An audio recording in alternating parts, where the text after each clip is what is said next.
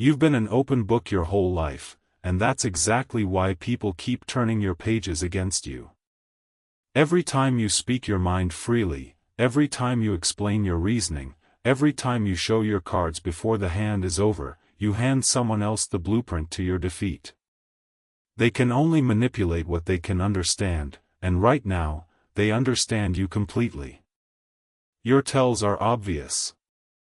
Your patterns are predictable. Your triggers are mapped. Someone who has spent even a few weeks around you knows exactly which buttons to push, which compliments to use, which threats will work, and which silences will break you. You have been giving away your power one explanation at a time, and you didn't even notice it happening. Here is the truth that most people will never accept. Being understood is not a virtue. It is a vulnerability. Being transparent is not honesty. It is a strategic catastrophe. The person who is fully known is fully managed. The person who is fully read is fully controlled. And the person who can be predicted can be defeated before they even enter the room. This is the ruthless art Machiavelli perfected, and it starts with a single principle that will rewire every interaction you have from this moment forward. Conceal your intentions. Not sometimes. Not when it's convenient. Always. Not because you are dishonest, but because you are strategic. There is a difference, and that difference is where your power lives. Most people believe that being liked requires being understood. They believe that trust comes from transparency, that closeness comes from self-disclosure, that respect comes from showing people who you really are. These are the beliefs of people who have never held real power. Strategic people understand the opposite. Respect comes from distance. Authority comes from mystery. Power comes from being the one person in the room no one can fully figure out. Being liked is not being respected. Being understood is not being trusted. Being transparent is not being safe. These are the antitheses I want you to hold in your mind like iron bars. Because everything you have been taught about how to win people over is backwards. The more they know about you, the more ammunition they have. The more predictable you become, the more controllable you are. The more you explain yourself, the less authority you carry. So here are 7 dark principles for becoming the person they cannot read. Not tricks. Not games. Principles. Internalize them, and you will walk into every room carrying a power that no one can name but everyone will feel. Number 1. Stop explaining your decisions. This is the first and most important shift you will make, and it will feel uncomfortable immediately. You have been conditioned your entire life to justify yourself.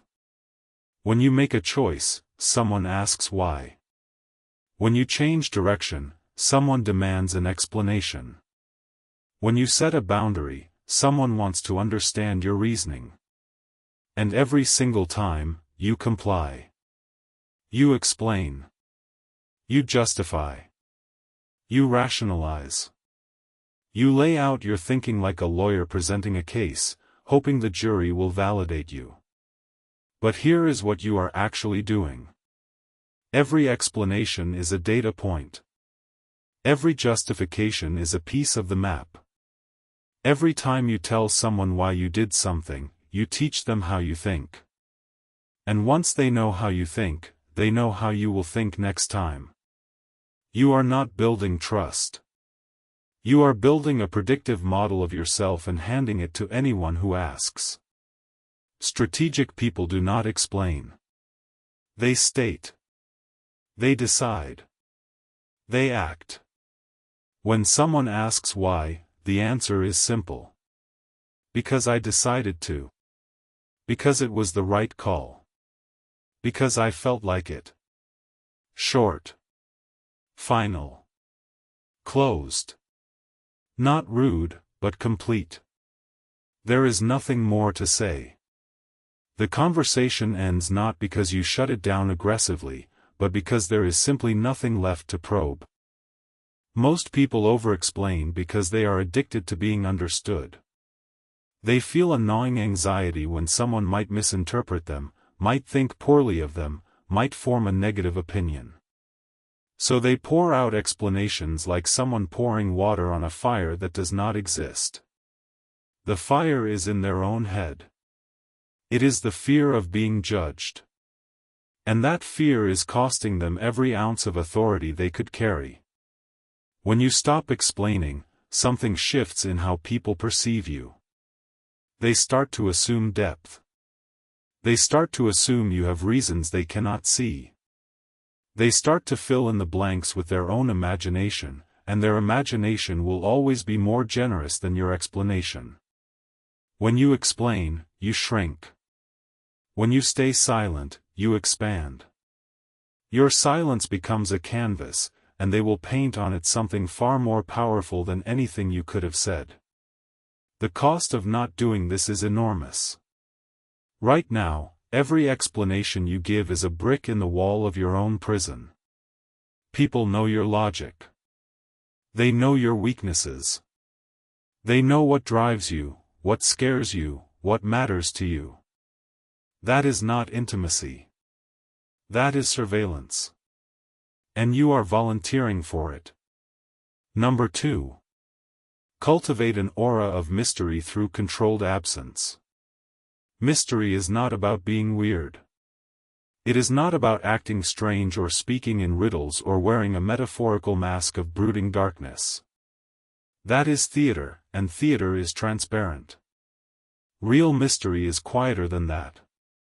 It is the art of being present without being fully available. Engaged without being exposed. Involved without being entirely readable.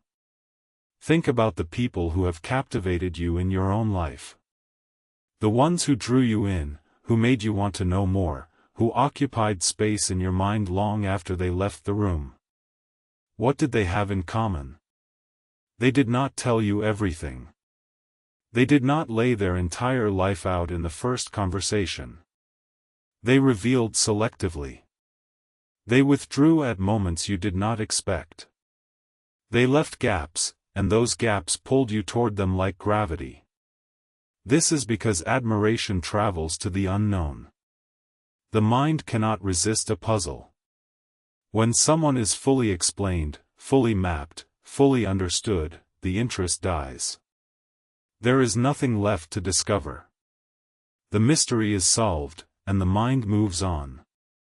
But when someone remains partially hidden, partially unreadable, the mind keeps working. It keeps circling back. It keeps trying to figure out what is behind the curtain. You can create this effect through controlled absence. Not physical absence necessarily, though that is part of it. Emotional absence. Informational absence. Conversational absence. You do not need to be cold. You do not need to be distant. You simply need to be incomplete. Leave a sentence unfinished occasionally. Let a question hang. Disappear from a conversation before it runs its natural course. Be present, then be gone. Engage, then withdraw. Offer a glimpse, then close the curtain. Most people do the opposite. They overshare. They fill every silence. They complete every thought. They make sure no one is left wondering about anything. They are terrified of being seen as withholding, so they pour out everything, and in doing so, they become entirely uninteresting. There is nothing left to wonder about. The book has been read.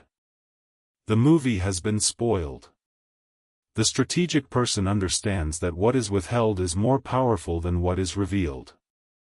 The information you keep is more valuable than the information you give.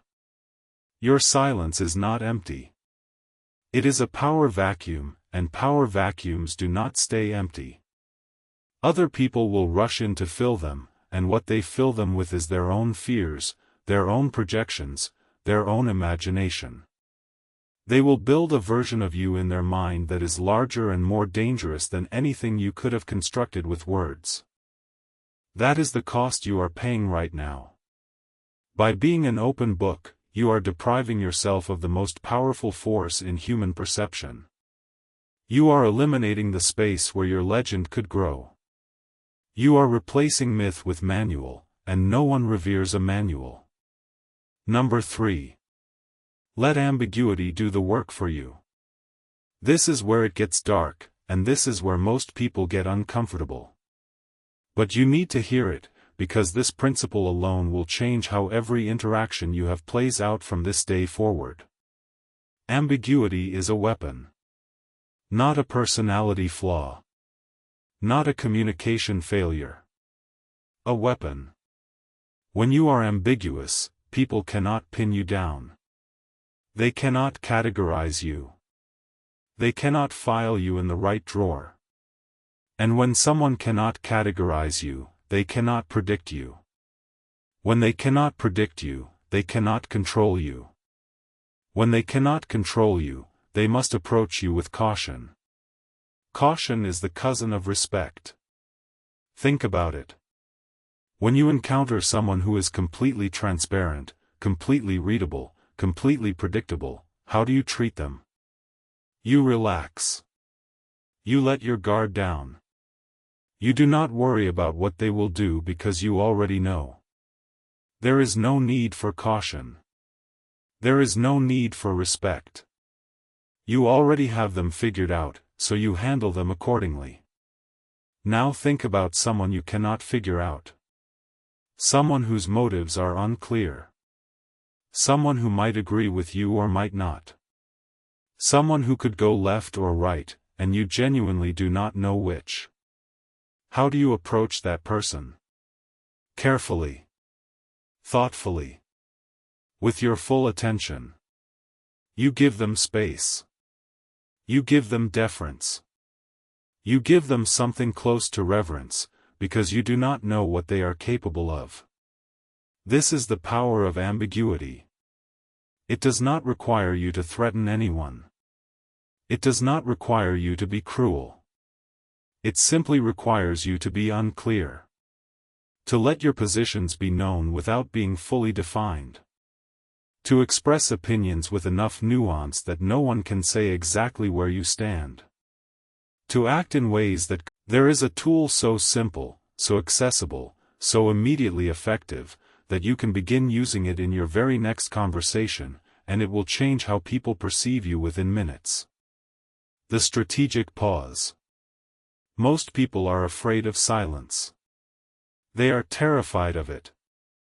The moment a conversation hits a lull, they rush in to fill it.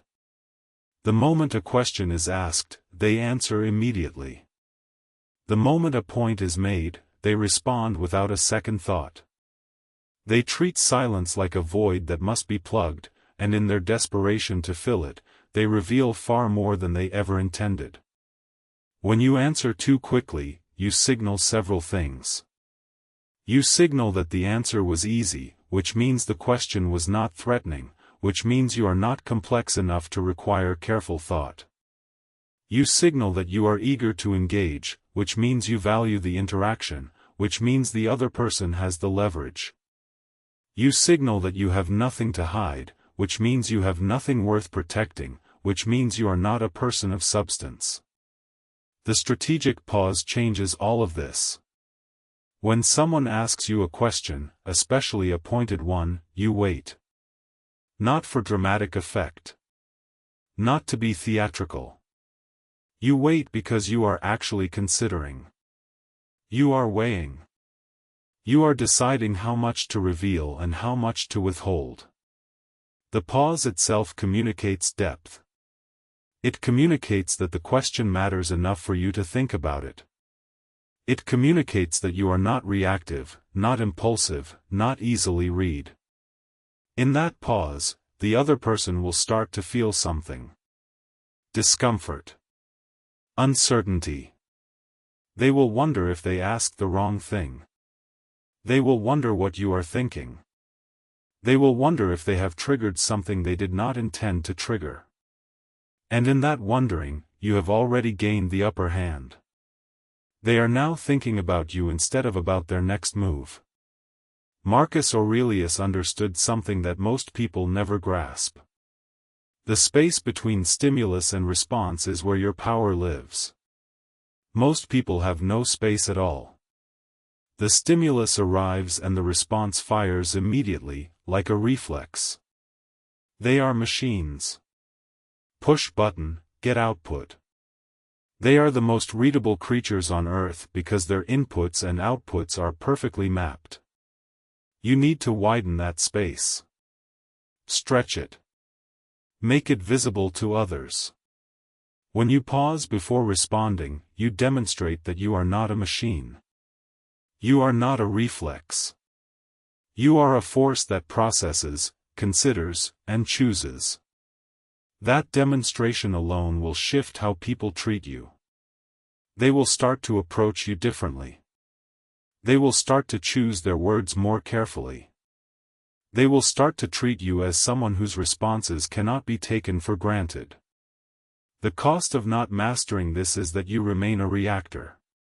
You remain someone whose responses can be triggered on command. Anyone who knows your patterns can push a button and watch you fire off a predictable response. You are not a person to them. You are a vending machine. Insert the right comment, get the right reaction. And vending machines do not command respect. They get used. Number 5. Become the observer before you become the participant. This principle is about what you do before you ever open your mouth, and it might be the most practically useful of all 7. When you enter any new environment, any new social situation, any new professional setting, your instinct is to assert yourself. To make yourself known. To contribute. To participate. To show people who you are and what you are about. That instinct is a trap. And it is a trap you have walked into repeatedly throughout your life. When you enter a new environment and immediately start participating, you are operating blind. You do not know the power dynamics. You do not know who holds real influence versus who appears to. You do not know the alliances, the rivalries, the secrets, the fault lines. You do not know the unwritten rules, the taboos, the landmines.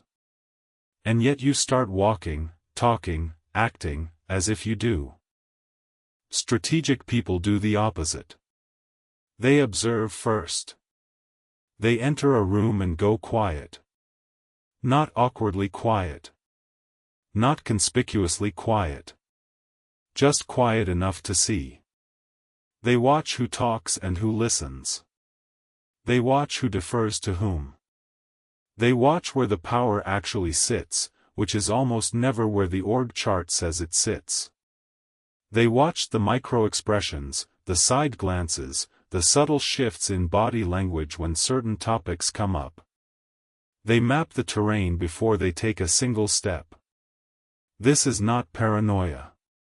This is intelligence.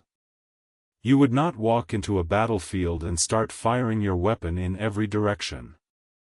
You would first figure out where the enemy is, where your allies are, where the high ground is, where the traps are laid. Social environments are battlefields. Every room has a topology of power, and if you do not read it before you act, you will stumble into traps you did not even know existed. Most people skip this step because observing feels passive. It feels like not doing anything. They confuse visibility with value. They believe that being noticed is the same as being respected. So they rush to be noticed, and in being noticed, they reveal everything about themselves while learning nothing about anyone else. They have shown their hand without ever seeing anyone else's cards. The observer has a different kind of power. The observer collects information. The observer sees patterns. The observer identifies who is real and who is performing, who is strong and who is pretending, who is an ally and who is a threat. And the observer does all of this without revealing a single thing about themselves. When you finally do speak, when you finally do act, you do so with the full map in front of you. You know where to step and where not to. You know who to engage and who to avoid.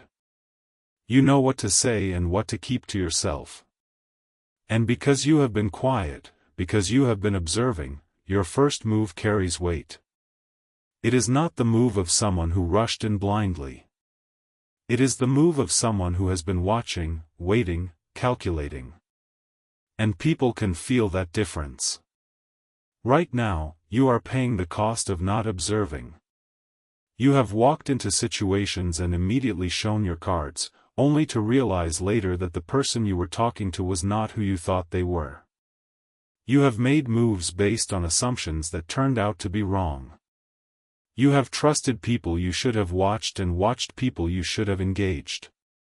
Every one of those mistakes started with the same error. You participated before you observed. Number 6. Feed them decoys. Now we arrive at the principle that separates the merely careful from the genuinely dangerous. This is where you move from defense to offense, from protecting yourself to actively shaping how others perceive you. A decoy is a piece of information you offer deliberately. It looks real. It feels real. It seems meaningful. But it is not the real thing. It is a trail you want someone to follow because while they are following it, they are not looking for the real trail. Most people think of deception as lying. It is not. Not in the way that matters here. Lying is crude, risky, and ultimately fragile. A decoy is not a lie. It is a true piece of information that is simply not the most important piece. You reveal something genuine but inconsequential, and people seize on it because they are desperate for information about you. They take the decoy and run with it, building their entire model of you around something you chose to give them. For example, you might let people believe that your ambition is driven by a desire for recognition. You mention it casually. You let it sit. People nod. They think they understand you now. They have your number. You want recognition. They file it away, and from that moment on, they interpret everything you do through that lens. Meanwhile, your actual motivation is something entirely different. Control. Independence. Freedom. Something they never see because they are too busy chasing the decoy. Or you might let people think you are emotional, reactive, easily ruffled. You show a flash of frustration, carefully timed, carefully measured. People think they have found your weakness. They think they know how to get to you. And they will try, again and again, to use that perceived weakness against you. But it is not your weakness. It is a costume. While they are attacking a vulnerability that does not exist, they are leaving their real vulnerabilities exposed. The decoy works because people are lazy thinkers. Once they believe they have figured someone out, they stop looking. They file the person in a category and move on. They do not keep searching for deeper layers because they are satisfied with the answer they already have. So you give them an answer. A satisfying, plausible, believable answer that happens to be incomplete. And they stop digging. This is what concealing your intentions really means. It does not mean saying nothing. It means saying something that leads people away from the truth. You keep them off balance and in the dark not by being silent, but by being strategically vocal about the wrong things. You create noise around the decoy so the signal stays hidden. Most people never do this because it feels manipulative. They have a moral objection to leading people astray, even slightly. But here is what they do not understand. People are going to form opinions about you regardless. They are going to build models of you no matter what you do. The question is not whether you influence those models. You do, simply by existing.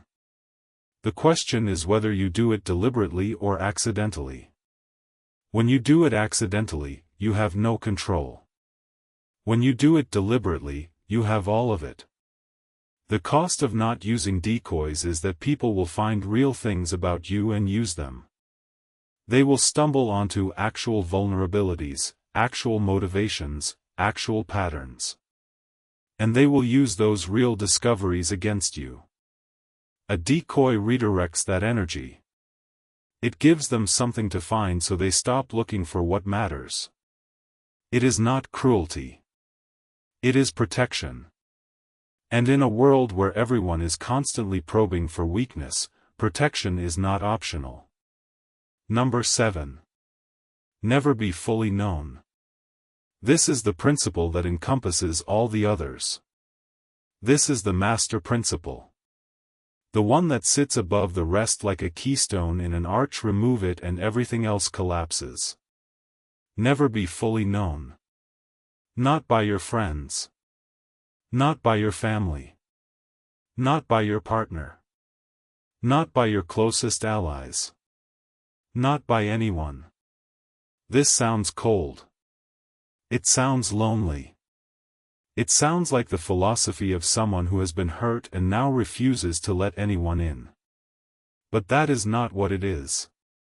It is the philosophy of someone who understands that total transparency is total vulnerability. And total vulnerability, in a world full of people who are constantly calculating, is not intimacy. It is exposure. The person who is never fully known is never fully opposed. Think about that. If no one knows everything about you, no one can construct a complete plan against you. There is always a part of you they have not mapped, a move they have not anticipated, a layer they have not penetrated. That unknown space is your sanctuary.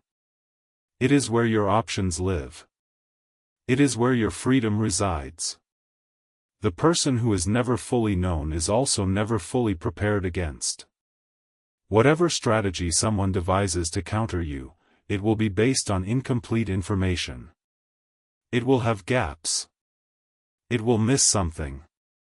And that something, that unknown variable, is where your countermove waits. You always have a reserve. You always have a card no one has seen. You always have a dimension of yourself that no one has factored into their calculations. Most people are terrified of being unknown. They fear that if they are not fully seen, fully understood, fully mapped, they will be unloved. They equate being known with being valued. So they strip themselves bare. They tell everything. They hide nothing. They make sure every person in their life has the complete picture, the full story, the unedited version of who they are. And what happens? They become manageable. They become predictable.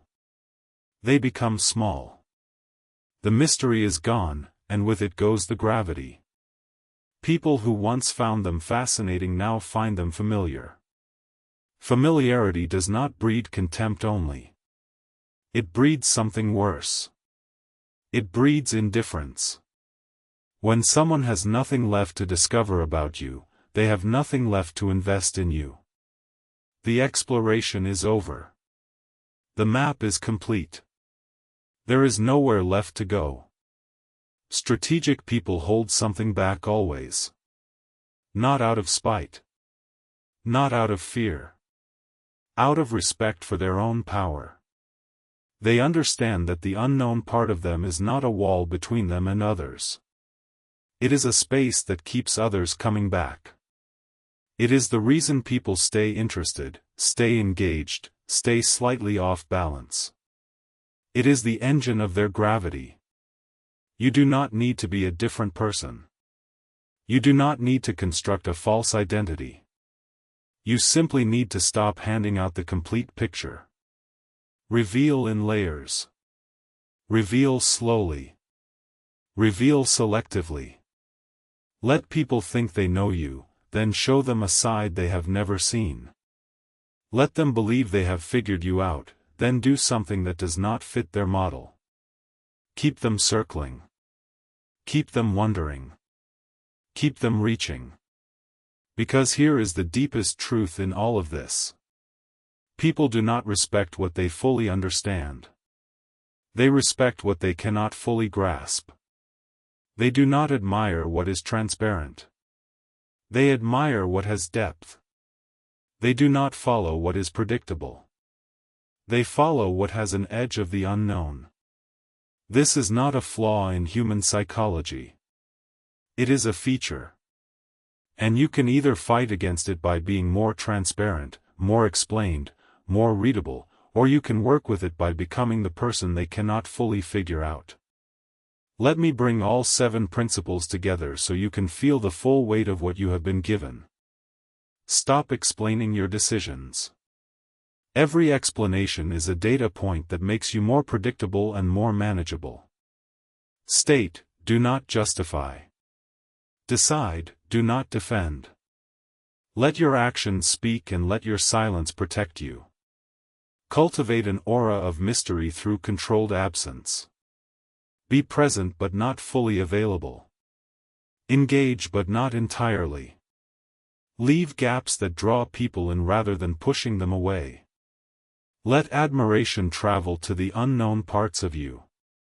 Let ambiguity do the work for you. Do not be unclear about everything. Be unclear about enough. Let people fill your fog with their own fears and projections. Let their imagination become your ally. Master the strategic pause. Widen the space between stimulus and response. Do not be a reflex. Be a force that considers.